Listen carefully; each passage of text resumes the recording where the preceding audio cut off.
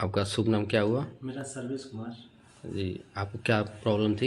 एक कमर में दर्द था और गले में थोड़ा दर्द था।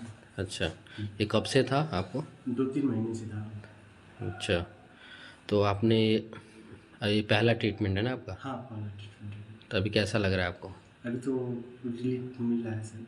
थोड़ा जो जख्म टाइप था वो खुला खुला महसूस हो रहा है। दर्द? दर्द में भी काफ़ी राहत है।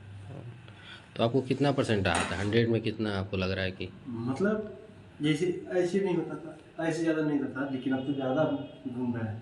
जी जी। मान के चलिए 90% तो मुड़ ही जा रहा है। 90% और जो आपको कमर में दर्द था वो?